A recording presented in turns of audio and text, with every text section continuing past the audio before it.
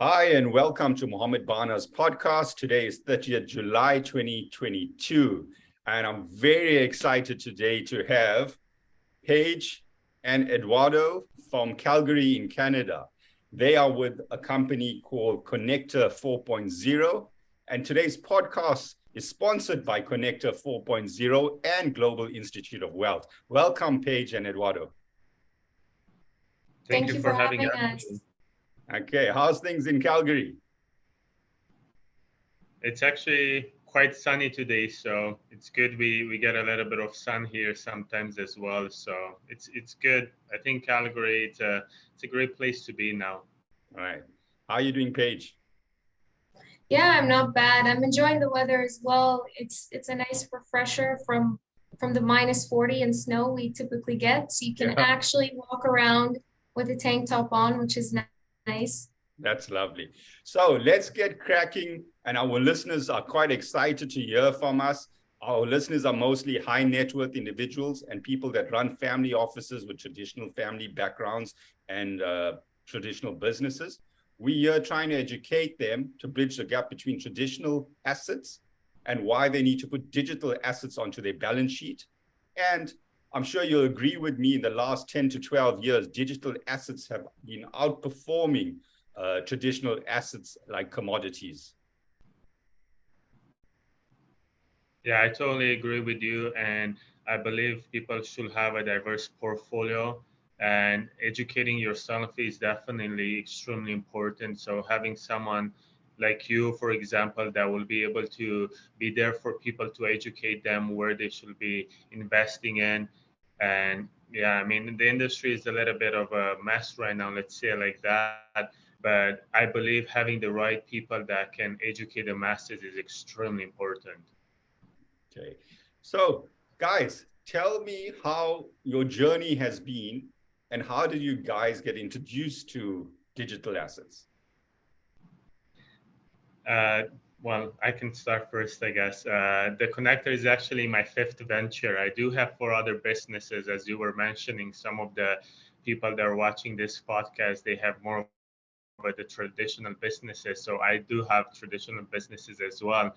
But I've got introduced to crypto about 5 years ago when I dove deeper into finding out more about Bitcoin, Ethereum, and that was very fascinating because Bitcoin is a um, digital currency and a form of money that can be sent to anyone anywhere in the world at any time. We're not having that third party interaction. It's just the user to user, which I believe it's Peer to peer. fantastic. Exactly. Right, right. And Paige, how was your journey into the digital asset space? When did you get introduced to it? Yeah, I mean, I got in about actually when I met Edward, so about 2 years ago. And I actually started my journey in the sciences. So, I have a degree in science, and then I kind of filtered through and went into clinical psychology.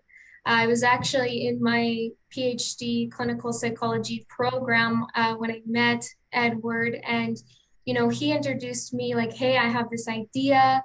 And when then we started to talk a lot about cryptocurrency, blockchain technology, and I immediately gravitated towards the subject because of the, greater philosophical impact that it has on society as a whole. Systems are made up of people, and so automatically I was intrigued, and I started to really ask myself that fundamental question of what is currency, what are assets, why do we have them, how did they come to evolve in our society, and my interest kind of peaked from there, and I went down the rabbit hole, and here I am.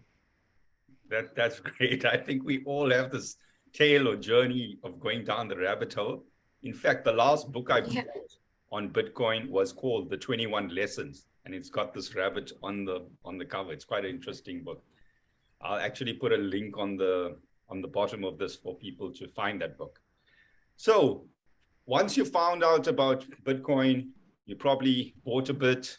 And did you go into other digital assets, Eduardo, like from Bitcoin, Ethereum? Did you have a diversified portfolio, or were you a Bitcoin maximalist? No, I do have a portfolio, but Bitcoin and Ethereum is definitely two of my favorite ones. I also like Elrond, which I'm a big fan of. It's actually coming from the same country as I am, from Romania, and it's a massive blockchain. I really like the CEO, Benjamin Minku, who's a phenomenal guy, and I think they are doing what they are doing. They are doing it for the right reasons, and I think it's very important when we research, which companies to invest in or what digital currencies to really invest in. I think it's very important for us to really look at who's running the company and who's really behind it and what's the reasons they are doing it. I think that's extremely important because at the end of the day, it just makes a big difference when you find out who's the CEO, the reasons they're doing this project. It just makes a huge difference. I agree with that. So you don't want to be investing in a coin that is just got a young 14-year-old sitting behind a laptop as a one-person show. And Yeah, that's the yeah, thing. and the roadmap is very important as well, right? Like the roadmap makes a difference. And when you look at the roadmap, you want to see if the project is hitting those milestones that they're all talking about and how their evolution comes to life, right? Because I mean, the space it is a bit of a mess right now where everyone is getting into it to let's make money quick and then go enjoy life in Bahamas having a pina colada, right? But really, this is not what the industry should be about. And for each new technology, we'll have that at the first couple of years. There will be people that will try to take advantage of the masses, right? It's just the way it is, and we got to be very aware of them. And you want to make sure yeah, I think really researching who's behind the project makes a huge difference. Yes. Yeah, absolutely. Partly why I was a fan of Elrond is actually because of the CEO. I've listened to several podcasts that he's been on, and like you mentioned, Edward, he really puts DeFi at the heart of what he does. So, and you can argue that maybe his platform's not DeFi in terms of the back end, but when you look at the front end and his philosophy and what he's doing and how he's targeting transparency, trying to solve for misuse of power, he really is admirable in that way. So I'm a fan of that as well. So, guys, I read up a bit on your company, and I'm obviously going to let you all give us a better understanding of it. But it seems that you guys are focusing on DeFi.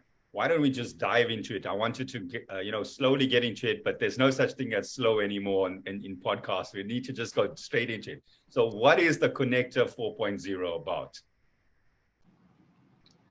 Okay, so the Connector 4.0 is a decentralized bottom-up economy. So in order to really have that economy, there has to be multiple pillars. So the reason we call it the Connector 4.0 is because we have 4 pillars. One of them is a all-in-one DeFi banking platform. Okay. The second pillar is the Connector Socials. The third pillar is the Connector Marketplace.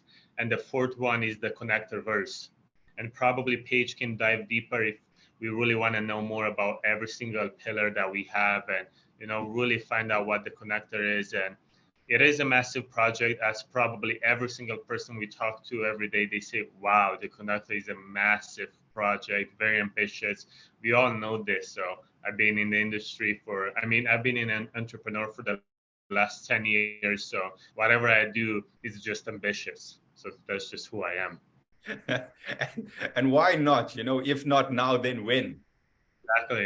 Exactly. And I believe this is the perfect time for something like this to really come out because everyone is aware of crypto. If you say crypto and if you say Bitcoin to really anyone, which is like 7+ billion people on planet Earth, they've heard of crypto. So we've done a phenomenal job when it comes down to that awareness about crypto and Bitcoin. Do they really have the knowledge and do they really understand the mechanism and the behind the scenes and how everything works? Probably not. But they are aware of all of those things, the crypto, digital currency. So I feel like now we are at that tipping point where people are looking for a platform that they can trust, a platform that is there to really kind of like hold their hand, to walk through with them, to really enter this new space. And that's Yeah. what the connector is about. Okay, so Yeah. there's 4 pillars, and I think Paige, take us through it. Let us give the floor to you. Yeah. I mean, if I was to say what the connector is in 2 words, it's really about creating invisible DeFi. Okay, because when we look at the psychology of technological mass adoption, so how do we get people actually using this technology? It's people don't really care about what's happening on the back end. When you get in a car and you drive it, do you understand what's going on under the hood? Of course, some people might find this interesting. Maybe they want to have conversations about it.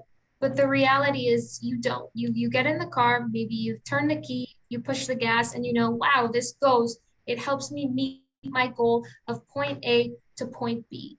And I think that's the tipping point, and that blockchain is experiencing right now is how do we use this technology to benefit the masses? And how we do that is focusing on 2 things, user friendliness and simplicity.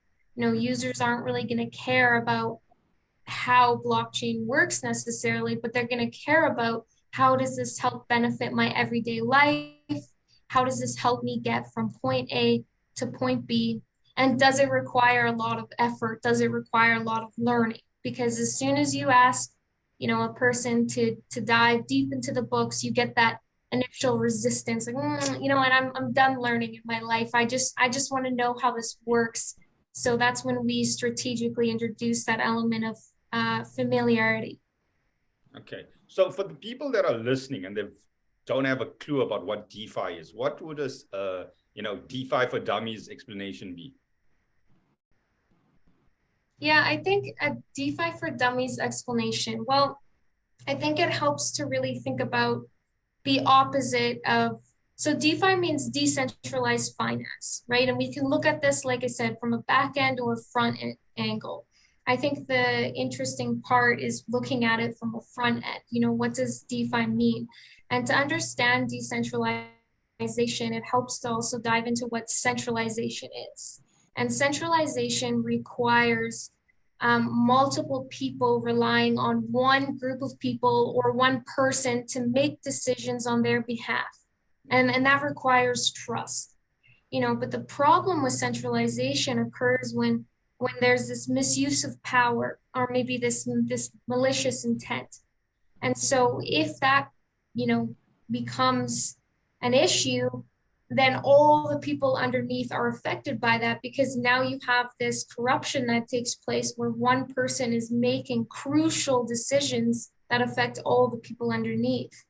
Whereas in decentralization, you have the opposite. So you rely on a network of people to kind of validate or make these decisions. And so in that way, that's why, we call DeFi trustless. It's because you don't have to trust in someone to yield results. And so,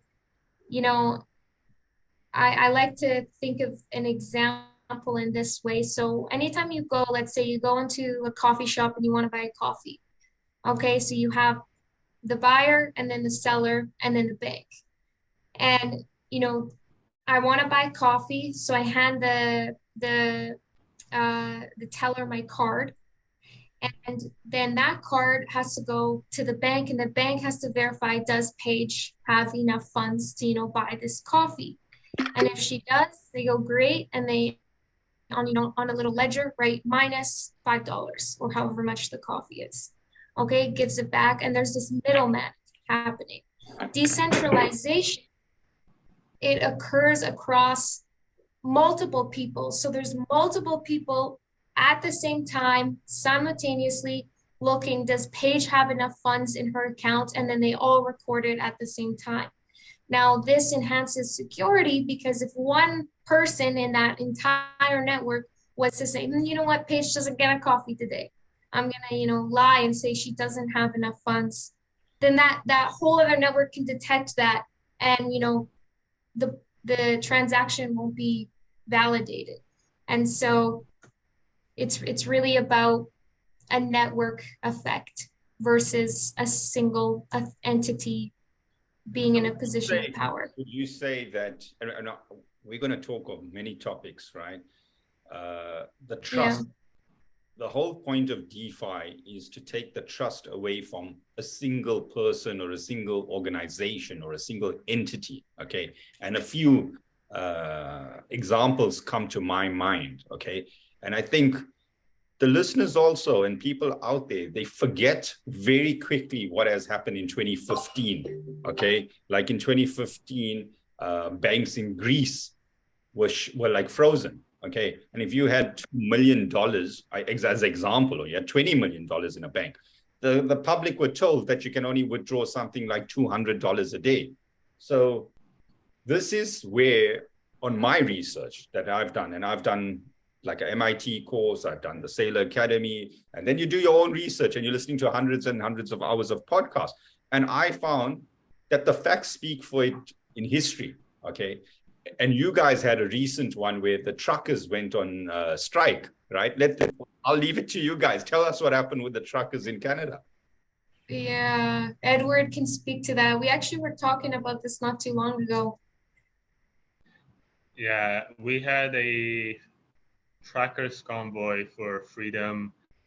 As we all know, this last couple of years, I believe the 2-3 years since the pandemic started, has been tough for really anyone, you know, and the government has a little bit stepped on the, how should I put this so I don't sound too bad, I guess, but stepped a little bit too far in the not so good of a side, you know, when they try to take away certain things from people. And I believe finances and money is something that I personally call it as a basic need, that everyone should have access to it no matter what, no matter where, especially if they're not committing any crimes, right? And I feel like a freedom of speech and, you know, truckers were doing the protest. I personally don't see anything wrong in it. And I know the government has been frozen bank accounts because, you know, they were part of the protest. So that's really what happened in the last 2 years in Canada. But we see it pretty much everywhere in the world now. I believe in China, we saw that there were a bunch of tanks in front of a bank where like people's savings were frozen and people no longer, 400,000 people no longer had access to their money, which is really scary. And that's really how the DeFi system works, where like, you know, you can put like one person in charge of the whole nation, and it is scary. I personally think it's very scary. But really the whole point of DeFi, I feel like DeFi can offer multiple incentives, and just, you know, it's not just that people will be able to control their money, but also, you know, offer underbanked countries and underbanked people access to their own finance, and, you know, offer them possibilities for loans, possibilities for staking, yielding, possibilities for, you know, investing, which they really don't have, but yet they have access to phones, right? And we have multiple conversations during the week because we want to find out what those countries are really going through and how the connector can help. And we had a conversation about 2 weeks ago with someone from Madagascar, and he said that he's only allowed to go to the bank twice a month, and sometimes he will spend the whole day going to the bank, and then the cashier will tell him, sorry, you no longer have any money in your bank account, right? And there's nothing that they can do about that. The bank will not really be there for people. And I feel like the bank should be a financial instrument that's there for people to to really help their day-to-day life, not the other way around, where like the bank will take your money and then that's it. There's nothing else you can do. The bank should be created by the people for the people. And I believe that's where the connector comes in and stands for the people, offers transparency.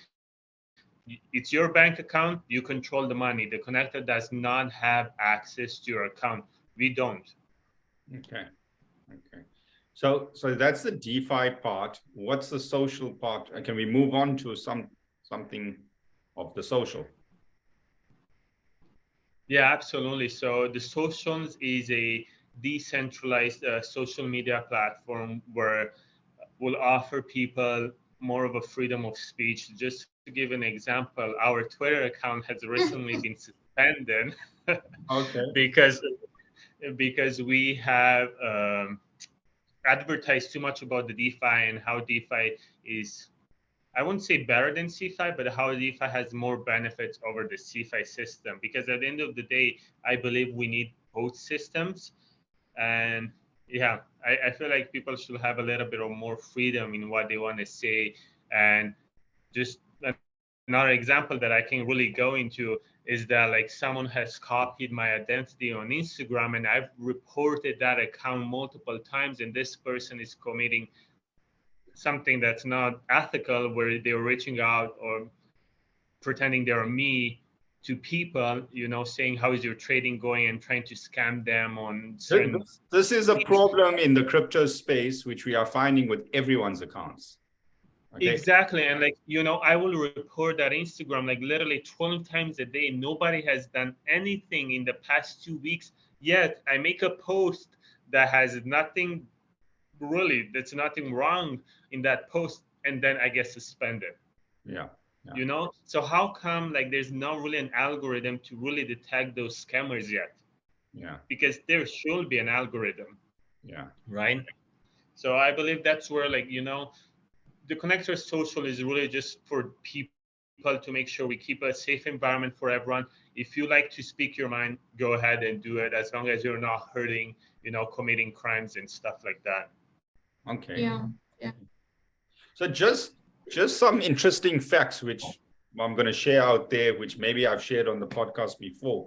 So from the 7 billion people, I read a small research document, and I think it was done by Hootsuite, this company called Hootsuite, okay? And today, there's about 5 billion handsets already, mobile phones, okay? And yet there are countries where 70 and 60 and 50% of the population don't have bank accounts. Okay. So, we've made some post, it's on our Instagram, and where we looked at countries like Nigeria, we've looked at countries like Indonesia, obviously El Salvador's, like it's like a thesis. We're all looking at it and seeing what's happening. Okay. I think 70% of El Salvador didn't have access to bank accounts. So I think on the fact number one is there's 7 billion people in the world. These are all living people which, need to have access and trade every day and save money in some form, right? Then we have these, 190 countries using different currencies, and a lot of the currencies are unstable. And that's a second challenge. And then we have access to these 7 billion people through 5 billion handset phones, okay? They don't have access to desktops. They don't have access to laptops. They don't have access to transport, to go to a physical bank or a physical ATM. And then the banks themselves don't have enough ATMs in rural areas or in all the locations. I mean, you've got to think that the world's bigger than USA and Canada and North America. When you come into bigger places, bigger continents like Africa and South America, that the banks have not rolled out enough branches or tellers.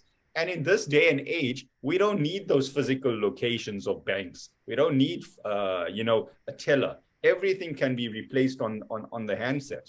Okay. And it's amazing. I mean, this is the modern day Swiss Army knife. Okay. And the evolution, I'd like to say, from when we first had a Nokia phone, okay, those unbreakable Nokia 3310s, and all we could do was play Snake and use a calculator, okay? I remember that. I think that's where people of our similar age can relate to it, because we went through it, and we were kids at that time, or in school or university or whatever it is. And we then moved, and nobody thought we'll stop using a Nokia. When everyone had a Nokia or an Ericsson, that was it. I think there was just Motorola also. And then everyone moved to BlackBerry. I know about my country, but I think, correct or wrong, Paige? Yeah, no, absolutely. I remember the ping feature and you ping, ping, ping. Actually, the first time that I was introduced to like any sort of like computer or advanced technology was when I used to watch the movie Spy Kids. And they'd be wearing the watch and the face of the person they were talking to would appear on their wrist. And I thought, wow. Yeah. As a kid, I thought there's no way that's gonna happen. Like that's unbelievable. I couldn't even fathom this because, all I ever really knew was, like you said, that snake game. And just to have a face appear on your wrist, I thought incredible. And then here we are, with Apple Watches and in just a decade of time. And it's incredible, where technology has brought us. And it brings me to ponder that psychological question of how, like, the fear in the crypto space, the resistance, the hesitancy, that's all a very, very normal part of transformative change. Yeah. And you see that a lot with any technology advancement. I remember when the internet came out, it was all for scammers and all for Yeah. doing all these corrupt behaviors, and now we use it every day.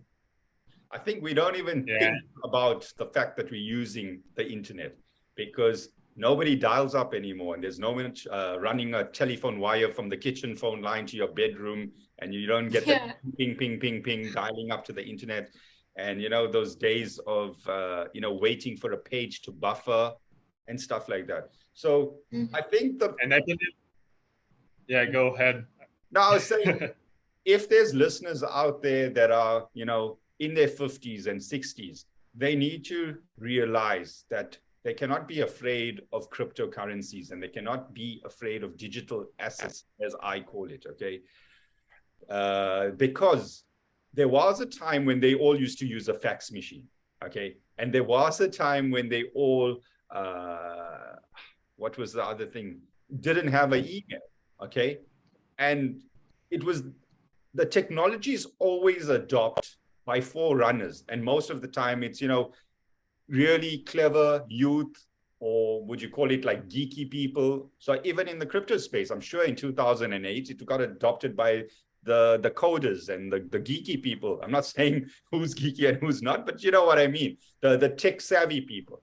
And now I think we're reaching a point where it's becoming, because of social media and because we have social media as such a huge advertisement platform, okay? In the old days, you had to put, if a Reebok pump, do you remember these Reebok pumps that you could pump the shoe? If it came out in America, it took 2 years for that fashion to filter through to South Africa, okay? But with the invent of social media like Instagram, I mean, if it comes out today and goes viral on Instagram, tomorrow everyone in South Africa knows a shoe like this exists, okay?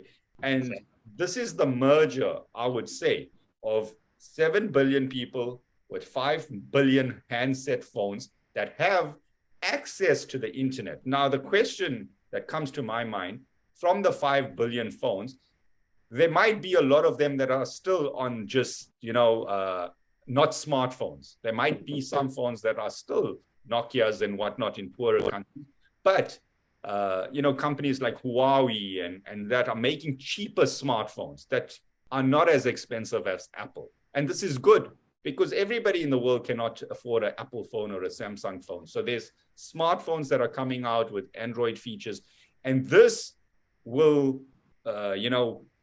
reach a point when these 7 billion people get these smartphones in their hand, and people like you guys, connectors, developing your apps, okay, and making it available on Android or Apple or all these platforms. And you're going to find this merger and the gap that the banks could not fill, okay? Because let's say there's Mexican people in America, and we're just using this as an example, and they are working there, but they need to send money home to their families, okay? They went there to look for better opportunities, but they use companies like Western Union every month, and Western Union takes something like $700 billion. I think it's per annum or something like this, just on fees, okay? This is crazy. Yeah. Well, because I believe the financial system has not yet been challenged for a long time. So now this is a time where the financial system is experiencing a big challenge, which is coming from the blockchain technology. So think of this as an era of going from, you know, when we never had cars, we had horses, and we had to take the horse to go buy milk, and then someone invented the car and said, like, you know, this car can go anywhere, you know, and people were like, are you crazy? You're gonna have to stop the car to pump it with gas every X amount of miles and stuff like that. And nobody believed in the person, right? Like nobody believed that the car is going to be something that will actually be still here 20 years later or anything like that. So I feel like this is what the financial system is experiencing now, which is beautiful, going from like riding horses to going like actually driving a car. Anywhere in the world you can drive a car. I can go from Calgary to Toronto 23 hours. I can do that. With a horse will be tougher, right? So, you know, I feel like that's really the era we are in right now, which is very exciting. And I, you know, think of like how amazing it is that like anyone anywhere in the world to have access to their finance, to have access to being able to invest, even if it's as little as $5, $10, no matter what. Because think of people from, you know, Africa. I believe the minimum wage there is $40 a month. If they take that $5 and they turn it into $40, that's a big return on the investment for them. It might not be as big for us. Exactly. It might not be as big for us in, you know, Europe, North America, and developed countries, but for them, it's life changing, like you said, you know. And I believe giving them those opportunities is gonna make a huge difference 5, 10 years from now. Yeah, yeah. You know, when as you guys were speaking, I think of things a little bit differently, and I was thinking about, you know, this fundamental thesis of how technology eliminates geographical barriers, right? 100%. I That's agree. all it's really about in terms of the telephone, in terms of FaceTime, you know, the metaverse. You no longer need to travel. This 3D dimension no longer needs to be a barrier for you to connect with people, for your minds to connect. And so when, you know, when I think of technology as a whole, technology does what the human senses cannot. So I cannot always physically travel to another continent in a matter of seconds, but with technology, I can. I cannot always go to the bank, but with technology, I can. So technology at the, you know, most broadest level, I believe, is just expanding on our human senses. I cannot see a cell, but with a certain type of technology, I can't because my eyes are only limited. And so just because we cannot experience things with our direct human sensations does not mean they don't exist. And it also doesn't mean it has to be a barrier for our existence. Well said. Well said. It was. I enjoyed that analogy. It was very well said. What do you have to say, Eduardo? Woman put Yeah, things into different just perspective. no, I'm just excited because you mentioned Western Union, and that's exactly my grandma still lives back home in Romania, and that's really what I have to use to really send her money. And we talk about countries that are fully developed, like Canada, Romania, right? But yet they still have to use Western Union and pay a fee of 10% on the amount that I send, which is actually a high fee because if I look at sending $1,000, It's very $100, it's a high fee. You know what I mean? And we might look at it, oh, well, it's just $100. Well, that's 3 months' salary for someone in an undeveloped country that I would rather give that to them. What if there was a way for me to send money directly to my grandma without having to go in a Western Union office or like Western Union location to do that? I just send it from my phone directly to her bank account and I pay 0.01% fee. Sounds way better than 10%. And I can donate the remaining of whatever 99.9% to those underdeveloped countries, which will make a huge difference to them. You know what I find interesting? This this thought came to me one day that diamonds are used in the first world country to kind of like put on a ring or show off kind of thing, and, you know, to be flamboyant and show your wealth, okay? But in an African country, in a mine, diamonds are used on a drill bit, okay, for a purpose, okay? And it's in lower developed, or let's say less developed countries, that they have to have the diamond head on the drill bit to drill, okay? You know, when you're mining. So I see it as this, that people in the first world, someone buys 10 Bitcoin or has 100 Bitcoin in his hard wallet, he just feels good. He's a multimillionaire. He's diversified his portfolio, and he's just buying Bitcoin or any crypto as a store of value for his assets, like he'd buy a diamond, okay? Maybe a diamond for his wife. Now, in the third world countries, they're going to be using crypto just to transfer money fast, okay? Because it's a solution. They're not buying. They're going to take their fiat currency, get it converted into crypto. They need to send it even 100 kilometers away to another village, to their mom, okay? But it's cheaper, faster. It's utility. Exactly. It's utility, right? It's the utility behind it. And I was reading an article not a long time ago about someone from Argentina that they trust Bitcoin and the software technology more than they trust banks. And for them, crypto is now like, it's their currency, you know what I mean? Like, it's a way of, it's a basic need. You know, for some other people in developed countries, it's something like, you know, it's more of a diamond. For others, it's a basic need. It's a way for them to really live their day-to-day life, a way for them to, you know, sell their things or whatever they need to do. And that's a really, like, sometimes we take certain things for granted, and, you know, we gotta, you know, really sit back and, you know, realize that some of us are more blessed than others, but don't forget about them, you know what I mean? And you gotta have a strong why in life, and that's just what life should be about, trying to make a positive difference in other people's life, and just do your best to really help others, because at the end of the day, we are all on planet Earth for a reason, and that reason is to work together and help one another. Yeah, what you were saying about the diamond reminds me of the diamond water paradox. Have you heard of that before? No, explain that to us. No, so the diamond water paradox is what you'll learn in any first year economics class, and that's this idea about, okay, so here you have a diamond, and, you know, a diamond is not a basic need. You don't need it to survive, yet it costs like thousands or millions, I mean, depending on different factors, but it costs a lot.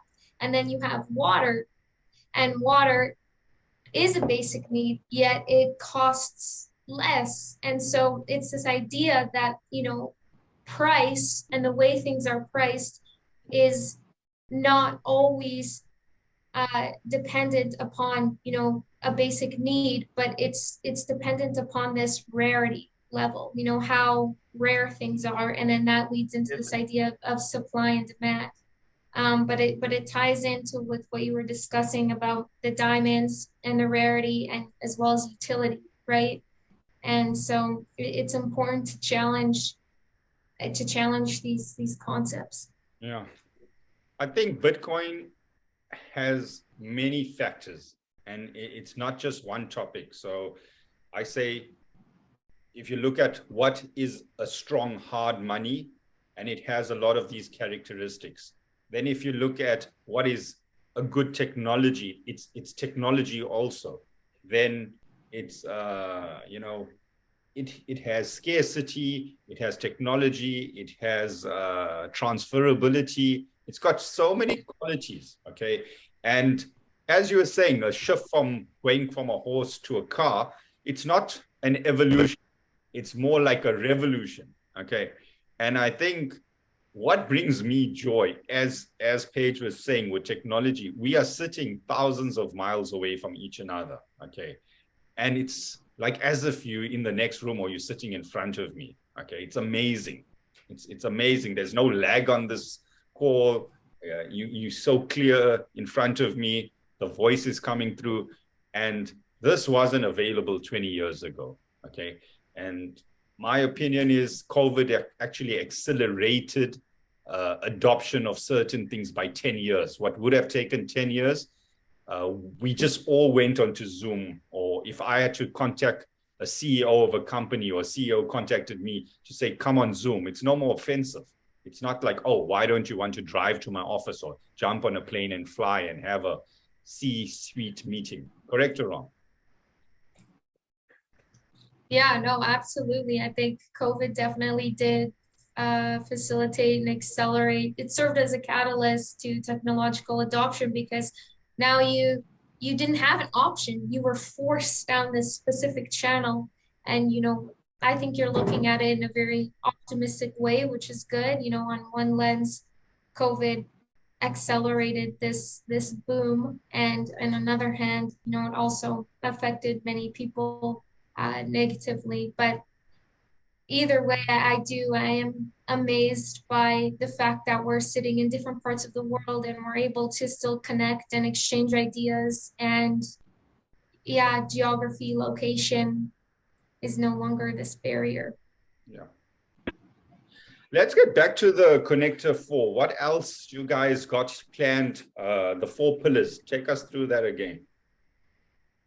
Yeah, I think so. How we really came up with this idea, right, is it started with the banking platform. As we know, we wanted to give people freedom over their financial tools, because as we already talked about, finances is really it's a basic need. It's how we put our roof over our head and food on the table. And then we started with that, and then we thought, well, money is only as good as what you can do with it, right? It's a means of value exchange. But if you have nothing to exchange or nothing to buy, then what good is money if it's doing nothing? So then we thought we need to increase its utility by adding this marketplace. And so then thus came, the connector marketplace, which is where we wanted to attach real life utility to NFTs. So now, instead of NFTs just being a JPEG picture of a monkey, you can actually receive the physical item of whichever NFT you're buying. So let's say there's an NFT, a Lamborghini. So you want to buy that NFT, you'll get, yes, the NFT, which can serve as like a certificate of authenticity in a way, but you'll also get it in real life. And then we thought, okay, so now we have this means of, we have the money, we have things you can do with it, but we're still missing something. And then we thought communication. So hence the connector socials. We looked a lot about some of the drawbacks to existing social media platforms, which is this lack of freedom of speech, this government intervention. We saw a lot of that during the pandemic, where doctors and physicians were being had their accounts shut down for voicing their expert opinions, which I believe is just fundamentally corrupt and wrong. And so hence, the connector socials. And then we thought, we're still missing something. Now we need a place with no geographical barriers, hence the connector verse, or the connector metaverse. So then we took a step back. Metaverse part is the 4th pillar. Yeah, you got it. And so we took a step back and we looked at all our ideas, and we thought, okay, we have value exchange, communication, and a place. Wow, this sounds a lot like a system, an economic system. So now that's why we're calling it a revolutionary economy, because economy comprises of several different parts, and we strive to hit all those targets.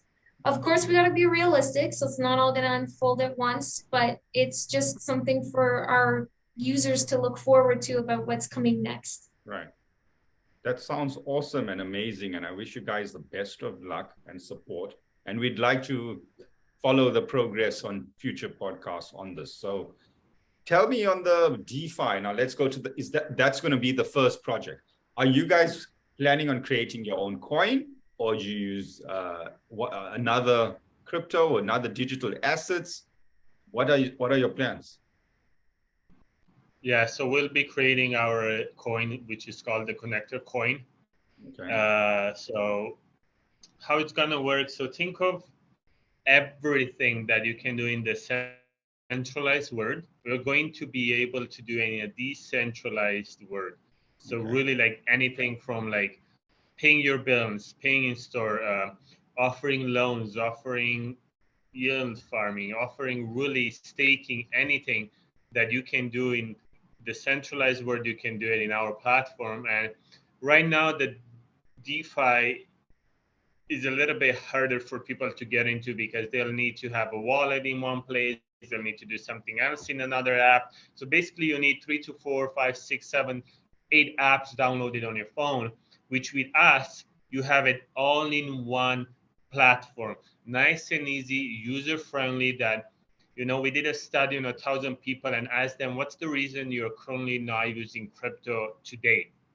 And there were two main Right. reasons. Number one, too hard to get into. Number two, no utility. Like I cannot really buy anything with it yet. Yes. Right. So that's exactly what the connector is looking to fix. We'll be having utility behind our coin, and there's going to be easy and nice for anyone to understand. My mom, she's 50 years old. She uses her bank account every single day. Yet, if I hand her a DeFi platform, she looks at it like it's something she has never seen into her life before. She Yeah. takes probably an hour just to figure out how to uh, log in or sign up, Yeah. which is very painful, right? So that's what the connector is fixing is making it nice and easy for anyone, no matter of their age, no matter where they are. You can access our platform because it's actually familiar. I mean, we are going to have our MVP in the next 5 to 6 weeks, and we'll be more than happy to share with you and with your audience to really see what we are actually talking about when we mean simplicity and familiarity. Yeah. We'll be looking forward to that. That sounds great. And Yeah. you were mentioning you spoke to someone in Madagascar, and have you guys been connecting with other countries or trying to have you been on any other podcasts?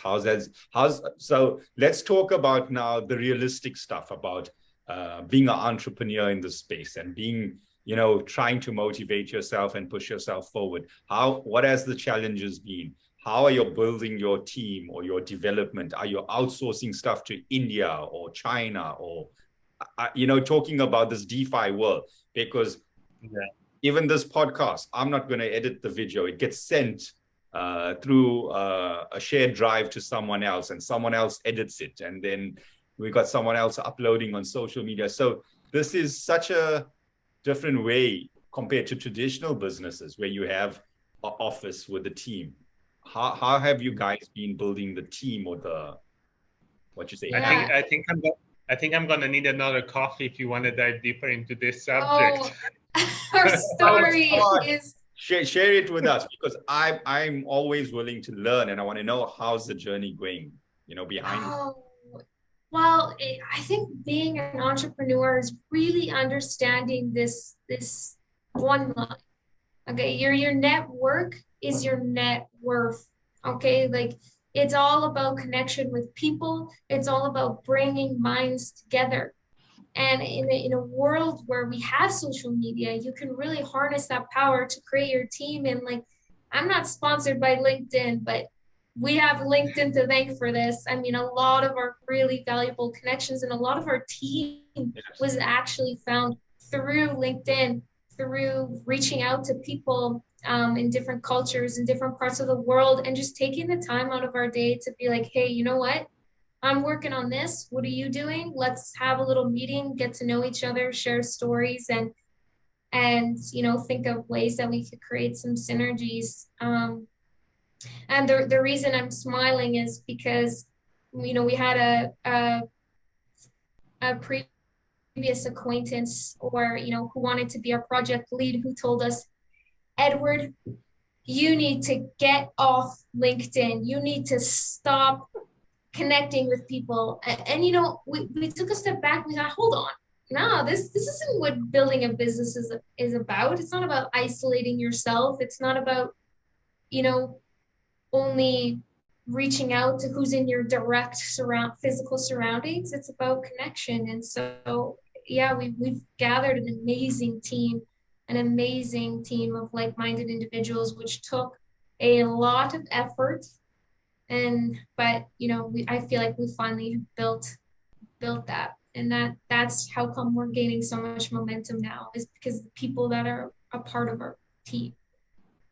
Yeah. And And how? I think it's really like I mean, it hasn't been easy. Like if I have to really, sometimes it's so hard that it makes me feel like, oh my God, I can't, but like you just really think of like building a new business from zero to wherever you want to take it, $1 billion, $2 billion, or whatever your impact wants to be. If it's like more of a financial projections, I like to call it impact projections, which I see that sometimes from investor standpoint of view, they just look at more of a financial, but to us is more of an impact projections. How many people we can impact with this? What else can we do? And think of like building a new business is like sales. How many people I need to call every single day to get that one sale?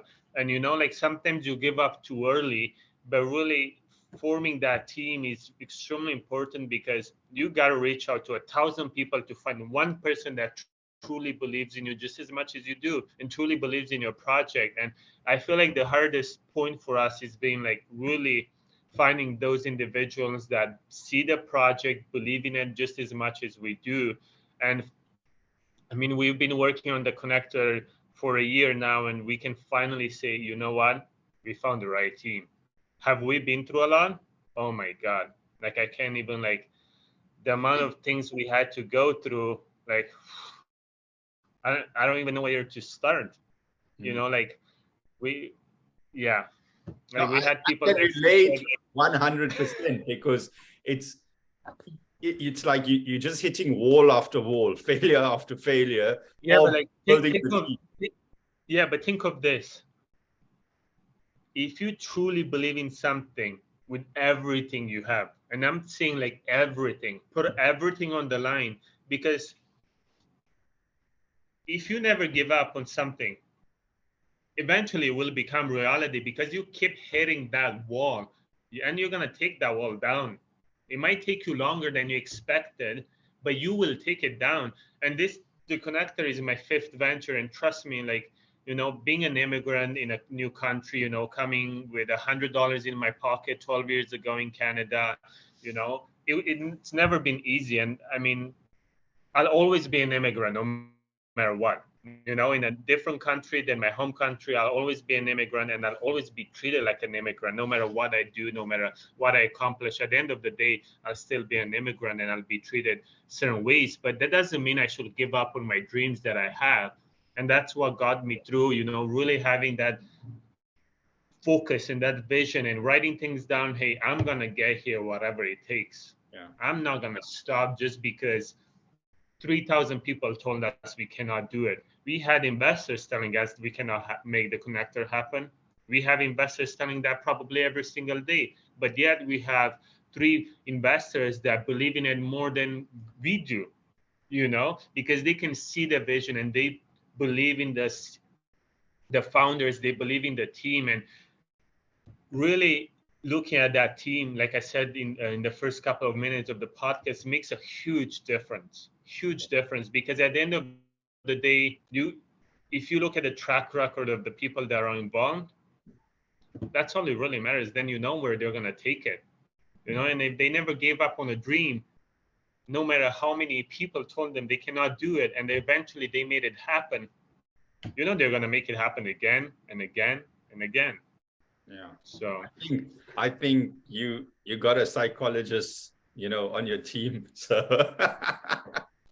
I feel like, and that's why I believe the connector is so valuable, because I come more from a marketing standpoint of view. So I come more from like branding, advertising, and know what, we have to put ourselves out there for people to, to see, and what people likes. And we have Paige being a psychologist, PhD psychologist, and we have Daniel, who's been a venture capital firm for the last couple of years, being one of the first firms in Europe to be regulated. We have Bali, who's like coming from massive projects. He's our director of technology, and we have Leo, that's a full stack developer. And honestly, like I could go on, and those people believe in the connector just as much as we do. And did it take us a year? Yes. Did it take us? I swear, I think we had over 1,000 meetings with people in the span of like 3 to 4 months. We were like meetings every single day, not finding the right people. And it's been the same with investors. We talked to thousands of people telling us we dream too big. And I said, oh, damn, we're on the right path. But others will be like, oh, damn, I think we actually do dream too big. I think we should slow things down. No, if dream bigger. I always tell people, if your goal is, you want to impact 5 million users in 2 years, dream bigger. How about 10 million? How about 20 million? How about 7 billion? You only have one life. Dream as big as you want, and dream as big as you can. It doesn't matter. People will not like that you dream too big or you dream too small, no matter what. But at the end of the day, if you, like I said, if you truly believe in yourself, in your project, you'll find a way. Sometimes people will reach to me on LinkedIn and say like, yeah, it takes a lot of money to make a crypto project successful and all of that. No, it doesn't. It doesn't take a lot of money. It takes a lot of effort. That's what it takes, a lot of effort. Yes, it's not going to be easy. Yes, you're going to get roadblocks. Yes, people will tell you dream too big. Yes, you're going to get into certain issues, but you're going to fix them. That's what you are. You're an entrepreneur. You're a problem solver, aren't you? Yeah. You can solve anything. Real entrepreneurs can solve anything. So, when I always get really excited, so I can keep going. I'm enjoying this. I think the best part of this podcast is always when I take value, not the listeners. Okay. And you know what? Actually, I always say this podcast is done for 2 reasons. So I can take value, and then I've got 3 daughters. So if I'm never around in life, I want my daughters to watch this podcast and know how their father connected to people globally, and how I never want to stop learning. So it's always, podcast is about me connecting to people out of my community, okay, that out of a 50K radius, because how much can I learn, okay? And we come from a Muslim background. I mean, I am Muslim and our religion is Islam, but there's a saying that you must seek knowledge even if you have to travel, like, to another city, like to Damascus, so the Prophet was in Saudi Arabia, in Mecca, and they used to say that even if you have to travel like far, go seek knowledge, okay? And we should never stop learning. We should never stop learning, Every single day is another opportunity to learn something new. Every single day is another opportunity to make things happen. And, I just want to say to the audience, if we can do it, you can do it too. Yeah. Anyone can do it. Again, I totally understand. Sometimes, we are born in a country that we wish we were not born there, but that's we can't fix certain things. But look at the future and do everything you can to make it better. And stop. Excuses. That's something easy. I can make up an excuse for anything. But that's not the point of life. So. And I was raised, I was raised by a single mom. She worked 3 jobs to be able to raise me. We moved to Canada with $100 in, our pocket, and we didn't even have luggages for clothes. We had bags, grocery bags for our clothes. So think of, it hasn't been easy, but I made the best out of it, and that's all I can do. Make the best out of it, everything that I do. You know what? Hats off to you. And, I value your journey. And I want to add that there's many people in the world, like when you say you're a foreigner, but who really is a local in the land? Everyone is actually a foreigner, even though the Europeans that came to America were foreigners. Okay. So I think the world right now, I myself am 3rd generation in South Africa, but we from India. So am I South African? Am I Indian? And if you just go back another 3 generations, they probably came from somewhere else. So the world, it just doesn't, I won't say it doesn't make sense now. It makes sense that everyone's just a global community now. And that's where we're all on LinkedIn. I mean, if you want to date a girl, go on Tinder. If you want to look at pictures, go on Pinterest. But if you want to do business and you want to connect with like-minded progressive people, go on LinkedIn. And that's how we connected here. Okay. Exactly. And the way I look at it is these are just virtual shopping malls. Okay. If you wanted to buy a car or be enthusiastic with cars, you'd go to a certain area that got 5-6 car showrooms. Okay. And if I asked you, what are the 5 biggest shopping malls in the world currently? I would say it's Facebook, Instagram, TikTok, Twitter, LinkedIn. These are malls. And there's 700 million people every day walking through LinkedIn. Okay. And that's how, I don't know, people think I'm on drugs when I start talking this way. But to me, if I told you you're going to open up a new franchise, just say Popeye's Chicken or KFC, okay, you don't need to open 7,000 stores. You just need to open 7. You need to put one in Facebook, one in LinkedIn, one in Instagram. I mean, one there. You need the connector to just be present in these locations, okay? And if you had to put a Popeye's Chicken in Niagara Falls, you'd need a point of sales. You need a manager. You need someone to keep that place clean. So just treat each social media platform like a store. Put someone full-time there to connect to the audience. This is the vision I have. I'm also trying to raise funds. If you're any listeners out there, we're trying to build an education platform on Global Institute of Wealth. So what we've done, it's quite interesting. People can go to my YouTube, exactly where this podcast will be uploaded on YouTube. And in the playlist, we've made some content using AI on what is Bitcoin, okay? And we're making modules. So module 1 is like just about Bitcoin. And then what happens is we've done it in 11 languages, okay? Oh, wow. So the idea is if we say we are Global Institute of Wealth, then we have to teach the entire globe about wealth. And the principles about Bitcoin, whether it's in Arabic, English, Hindi, Zulu for South Africa, or whatever, in Spanish, it's all the same principles. So, after I studied, I was like, okay, let's make these modules. And it's just in test phase because we're trying to raise some funding where we can create something like a Netflix, okay? And we say, listen, you want to know about digital assets. You want to know about the blockchain. You want to know about the metaverse. All this information is on one website. Pay something like $6 a month, and you can watch it in whatever language you want. So a Portuguese guy can go on at his leisure and go through video by video, and the videos are short, just like 2 minutes, because people don't want to read. They don't have attention span, and they just want to watch a video. So we also trying to look for data visualization people that can put visuals behind the AI. So the AI talks and they can see something. But the beauty is this, we can do it in 60 languages. Okay. Yeah.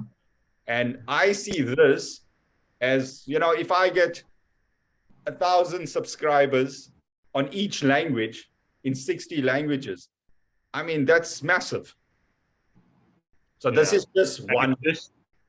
It's just the impact that you'll be able to have on individuals and giving them the opportunity to educate themselves through those videos, right? So yeah, I believe that's huge, and that's something that we want to have in our connector base in the next 3 to 4 years. We're still working on that, but we want to have an AI system that's going to be able to read the person's intelligence, and based on where they are and where they want to be, let's say in the next 5 years, or where they want to end as a career, it will give them the right courses to really learn what they want to, what they want to do in life, right? So I don't believe in that geographical barriers, and I believe everyone should have access to finance and access to education no matter where they are in the world. Yep. So there's no more excuses for us in the 21st century why there's not clean water in Africa, why there is not financial system. Like, we're gonna make those excuses for the rest of our lives. You know Don't what I you mean? think it's So funny that some of the education courses or education in America, it's like $300,000 for a 3-year education or something. But yet, you go watch 5-10 podcasts of, I don't know, Michael Saylor, Raoul Pal, Max Kaiser. You feel like you learned more watching some podcasts or listening to podcasts or reading the Bitcoin Standard or the bullish case of Bitcoin by Vijay Boyapati. I felt like I learned more than I learned in my entire schooling career. Yeah, honestly, the education system, we could go down a rabbit hole down there, but it's time for a huge update in that area too. I mean, I remember some of my professors, they would just put on TED Talks and YouTube anyways and sit in their chairs. And I thought, dang, like I'm paying $3,000 to do something I could just do at home. What is this? Yeah. And but I like what you said, just circling back to you know, a belief in your religion. And I can't remember the quote exactly, but something about how the transfer of knowledge, or how knowledge is power, or to keep learning, or something like that. Look, And you're supposed to seek knowledge from cradle to the grave. knowledge. And there's another saying that even if you have to travel as far as China to get knowledge, go. Yeah, yeah, I love that because you know, if you want to really be immortal, don't, you know, if I was to say to any listener about entrepreneurship, about knowledge, about ideas, is, you know, don't die with your ideas.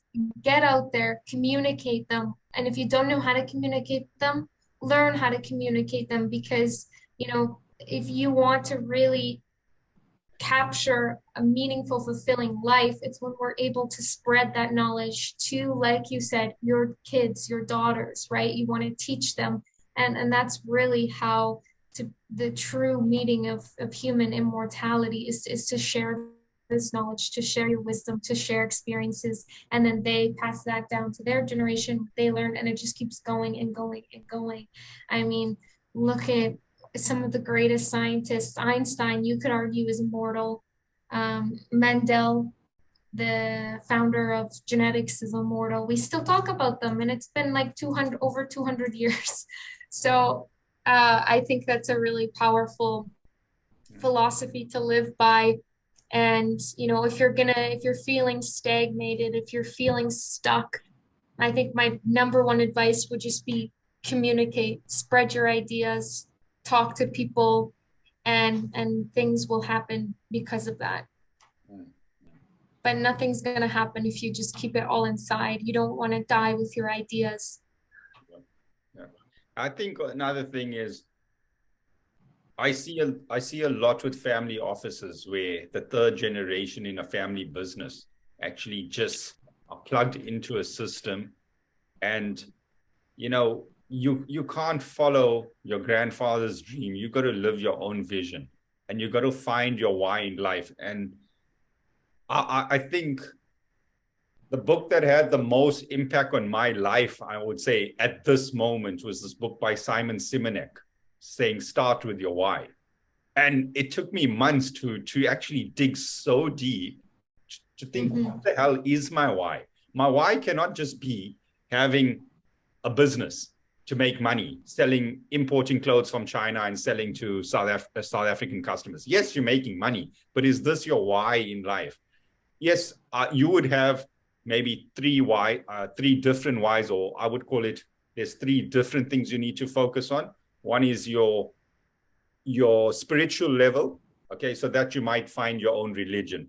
The second one is your body. You need to look after your body physically. I mean, not be smoking, not being on drugs, or eating healthy and taking protein, right intakes, not eating too much sugars. So you got your spiritual, you got your physical, and then you have to have your mental. I mean, and I think so many people are just mentally dead nowadays. They have no ideas, no vision, no dreams, right? And sometimes I look at some people and they might have a fancy car or a fancy Rolex watch on, and you feel shame. All you have is money, because there's nothing. Take that watch and car away. The person doesn't have anything exciting in their life. Okay. I mean, what are you waking up every day to do? What impact are you putting on people? And you know what? Helping people is part of our religion, and which I'm sure it's part of most religions. Okay. And making a difference. You cannot just be selfish, just be making money and buying cars and watches. You have to have an impact to help those below you. So, I mean, even this education system we're coming off with, I'm not doing it for me to learn. I finished do all my courses, but we want to make it cheap, where the MIT course was over $5,000.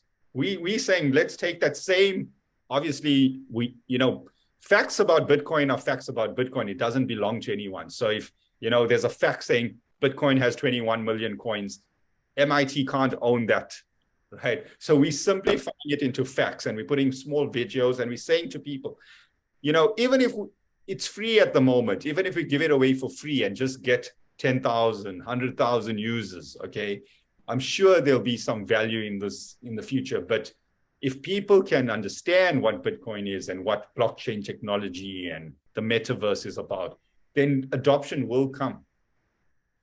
Mm-hmm. Yeah, I like to say, what would you do if money was not an issue?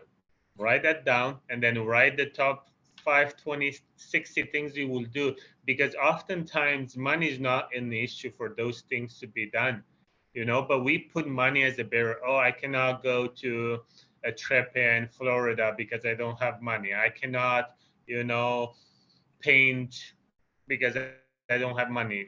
We often put money as a barrier, but oftentimes money is not the barrier. Yeah.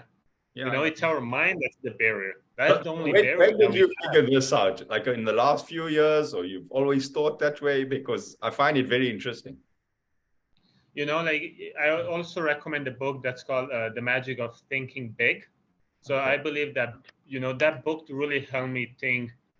I think big, but that book helped me think bigger, outside the metaverse, let's put it like that, outside the metaverse, Yeah. And it's fascinating, because really, like, the only barrier we have in life is our mind. There's no other barriers. Money is not a barrier, and often, so yeah. So psychology is huge. I would often ask a lot of my clients the question that you asked, Edward, but I would add a factor, because the other feedback I'd hear is, oh, I'm too old to go to school, I'm too old to start this, my life's over.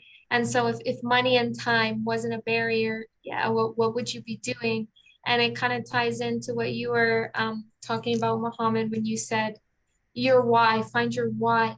But that's a difficult thing for a lot of people to do, and a very overwhelming question for many. Even some of these listeners may be sitting back in their chair now, probably saying, "Oh, geez, I don't know my why." So what is your why, and how did you find that? And what would you say for someone who's still struggling to find their why? Asking me this, I feel like now this psychologist asking me, how did you find I love this? Great. I love this. So it took me a long time. And then I decided to make a website called muhammadbana.com, okay, with my name, because why not? Okay. And what would you put on the website? You have to write something about yourself. And I think this was one of the hardest things I've done in my life mentally, okay? And I've come to the conclusion, I'm going to simplify it. My why in life is to preserve wealth for the next generation, okay? And when I say wealth, I do not mean just money. So I look at wealth as having many different definitions. Like, let's call it 6 or 7 definitions of wealth. So I've come up with the slogan, preserving wealth for future generations. And when you ask what is wealth, the first wealth is knowledge. Because if I part knowledge to my kids, example, if I say, listen, don't go in this river, there's a crocodile, that could save their lives, okay? But if I leave them $1 million and I don't give them that knowledge, they're going to still kill themselves. Okay. So knowledge, I would say, is the number one wealth. And I sit every night for dinner with my 3 kids, and we have really good conversations. And it's amazing how even my 7-year-old, okay, she has an iPad. I think in the last few years, that's when I went and I realized I cannot hold back buying my kids an iPad and thinking that, oh, they're just going to sit and play games. I looked at it as an investment into their future, because I'm giving them access to global worlds. They got access to go on Shein and see clothes, yes, but they can also go on AliExpress and maybe buy a few things, and maybe they can start an online store or whatever, you know? So they're not limited in their beliefs and their visions. But knowledge being number one, and then from knowledge, you know, it comes down to reading. The more they read, like if you read books, you'd say in your life, these books have had impacts on your life. I find having health is a wealth. Okay. I mean, if you're not healthy and you're sickly and you got just money, what use is the money? Okay. And another one is probably reputation and relationships. I mean, being presentable in society, carrying yourself well. I don't mean in a flashy way, but just being able to have a conversation with the person, not being nasty, understanding, being respectful of another person's religion or another person's belief. Okay. We don't have to push down my religious belief down your throat. We can just have a conversation on a topic like blockchain technology and just enjoy the conversation, okay? Just like this. So these are the things that I feel preserving wealth for future generations. And the last thing is then finance, okay? Teaching them what is hard money, about money, because who knows how long this South African rand is going to last? What if it goes down like the Zim dollar, which is just our neighbor, okay? And what's happening with the US dollar and whatnot. But if they start educating themselves properly and knowing knowledge is the number one thing, then they're never going to be short of knowledge. Mm-hmm. Does that answer Yeah, the no. question? Yeah, I love that. Yeah, I think that's very powerful. So that is then why I created Global Institute of Wealth, okay? And I said, global, we want to teach the world. Institute is just a group, I mean, a wisdom and knowledge, okay? And about wealth. Yes, the main topic for the public is about Bitcoin and blockchain and digital assets and stuff like that. But the why is actually that I want to leave this knowledge for my kids. And I think what actually happened one day is I wrote a letter to my grandkids. Well, my kids are not even alive. I mean, not even married yet, right? But my grandkids are not alive yet. But I sat and I wrote a letter to them.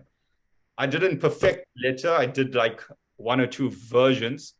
And it makes you really dig deep what's important in your life. And then you realize this pen you're holding or this phone is actually just meaningless for the next generation. Mm-hmm. Yeah. Oh, I love that exercise about writing to your grandkids, because yeah, it really forces you to dig deep into, yeah, what do I want to pass along? How do I want to be remembered? What's important? Um, yeah, I also like the idea of knowledge. You know, when you said not shoving it down people's throats, I think the biggest thing in parenting and relationships in general is like, okay, I have this belief, and or you know, I know this fact of knowledge or what I believe is to be a fact, you know, but what do you think? And fostering this reflective exercise, because so often in school and by parents, you know, we're and by governments, we're told what to think. And you know, people don't like to be controlled, and they're not going to feel fulfilled that way by being told what to think. So you have to constantly ask people around you, what do you think? Do you resonate with this? What do you believe? Maybe you have a different experience. And I think that's really at the heart of knowledge, is when you think about it, is like, okay, I hold this certain belief or ideological perspective, but I understand that someone's gonna hold something different. And for kids, especially for evolving minds, you really want to challenge that muscle of a brain to be like, I'm your parent, yeah. And a lot of the times I teach you things, but what you think matters too. And I want you to think about what it is that you think. What are you going to add to this society? What are you going to add to this academic curriculum? You know, where's your value? And I think that's really helping other people discover their why. Is how often do you really sit back and ask the person across the table, what do you think? Sometimes we can get trapped in this egocentric perspective where humans, we love to talk about ourselves. Everyone loves to talk about themselves. But I did a social experiment once where I went out to different restaurants and I talked to strangers at the bar, and I said, I'm gonna see how long I can go on with a conversation before that person asks something about me. And 98% of the times we'd be an hour into a conversation and no one had even asked about me. And I thought, wow, man, that's fascinating. And, that just inspired me to ask more questions about other people. I think that is also one of the major purposes of my podcast, because I believe making this podcast, it would be on YouTube and my kids can watch it and my grandkids can watch it. And yes, I am a very friendly person and I would talk to strangers. I love to travel. So I've been to like over 60 countries, and my family laughs that I just talk a lot to people, but it's just my nature of being friendly. And what the podcast has taught me to do, okay, is to listen to other people. And by listening, you learn a lot. And that's why when we started this, I said, tell me your journey. And I feel, imagine me bringing 1,000 different people from all over the world onto my podcast. And if I just say, tell me your journey, I'm getting to listen to such different backgrounds, and every person's journey is different. Okay. So, if I had to just record this podcast and it's just me talking facts and figures and just putting the content out as one person, I'm not learning. But this podcast being a three-way conversation or a two-way conversation makes me keep quiet, listens, and it's actually like a 1-hour download of knowledge for me. So I see huge benefit in this. It's like as if, imagine if I phoned you and I said, listen, I want you to give me 1 hour of connectors time, and I want to, learn something from you. You'd charge me for your time or something like that. Yes, there's benefit. But this way, we like both benefiting. You learning something from me, I'm learning something from you. We mutually have a respect. We know there's some benefit, maybe a marketing benefit. But at the end of the day, I think the most benefit is when I close this podcast, I'm going to be more knowledgeable than I was 2 hours ago. Okay. And that to me is what this podcast is about. Yeah, absolutely. I think Edward does a good job of this in his real life. When you meet him in person, he's very, very quiet when he's listening and he's downloading. And, some people find that intimidating because now often the feedback he gets is, oh my God, I've shared so much about myself. I know nothing about you. And then they start to feel a little bit vulnerable, right? No, but definitely we have 2 ears and 1 mouth for a reason. but I can see a lot of similarities between Edward and I, because we're two crazy guys that want to go against the current, okay, and swim upstream and do things and believe in ourselves, okay. And the other day I wrote in my journal, and I'm not a big journaler, okay, because I don't know, for some reason, but I try, and I wrote there that whatever experience you've had in your life, you need to take all those experience and all that knowledge and be the best version today. And tell yourself, listen, I am going to perform my best, because you don't want to be putting in 50% and 60% of your effort when you've put in school. I tell this to the youth nowadays, okay? And I'm giving my age away here. I'm 40 years old. And I look at youth because I employ some youth, and it's very, very sad and demoralizing when I see the attitude of the youth. Okay, they would stay up till 1, 2, 3 in the morning studying for an exam in school. Then they go and do 3 years of education in university, and they study for weeks, and they do their thesis, and then they get a job in the real world, and they come late to work, and they want to leave early, and they put no effort. And you're like, that was practice. So you put so much effort in practice. Now in the real world, now's the time to shine, I mean, imagine you practice a rehearsal for, a Broadway show, and you practiced and practiced and you stayed up. But the day of the show, you're not even interested. Yeah. Well, I do have a good example on that side as well. I used to be a competitive swimmer.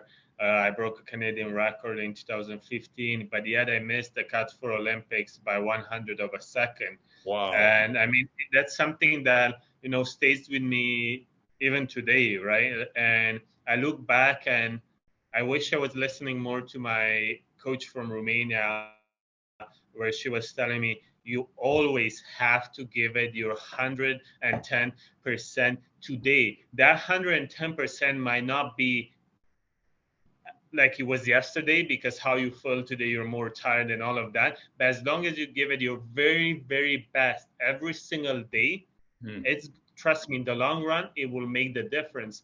And now I sit back and realize that, like, hey, there might have been practices or swimming competitions where I didn't go my 100% because I was holding a little bit of gas back, for the next practice or for the next race or whatever. But then I missed that cut for Olympics by 100 of a second. And that has been my dream. And probably, on my deathbed, I'd be like, shit, I missed that. Like, that's a dream I never was able to accomplish. But now I translate that into my business, and I go 100% every single day, no matter what. If I feel like crap, if I have a headache, I don't care. That headache has to wait till I go back to bed and then start again to have the headache. I'm not going to let the headache get through. You don't need a psychologist. You don't need a psychologist to help you. You don't need Paige to be there. You know what? It's like, I think this is the beauty of this podcast. Whatever we discussed in the beginning is one thing, but I mean, getting the inspiration from you and listening to your life story and your journey, that's what has the effect on my life now. It makes me want to go and push harder, makes me want to realize, am I really giving my 110%? Because I'll be honest, it's hell of a stressful trying to build something, especially in this field, when it's not the same. Like if you 20 years ago wanted to open a clothing store, or you wanted to open a supermarket, it's been done 100 times. There's a blueprint for it. There's no blueprint for what you're trying to do. We are creating the blueprint as we're going. Exactly. Absolutely. Yeah. I like the idea of, pushing no matter what. And the famous words of Conor McGregor, he says, it's easy to think positive when you feel good, but where the true test comes in is if you can think positive and control your mind when you don't feel good. That's where the test comes in. It's, everyone can think positive when things are going right, but what about when things aren't going your way? Are you still able to have that mental strength to control your mind and control your thoughts in a positive direction? Yeah. Just enjoy the journey. Don't forget your why. I mean, there's things that are gonna happen, and then sometimes I just smile. I'm like, shit, another thing, excuse my language, another thing has happened, like I'm like, that means we are so close to breakthrough. When something not as positive happens, I look at it as a positive because I feel like I'm getting closer and closer to that breakthrough.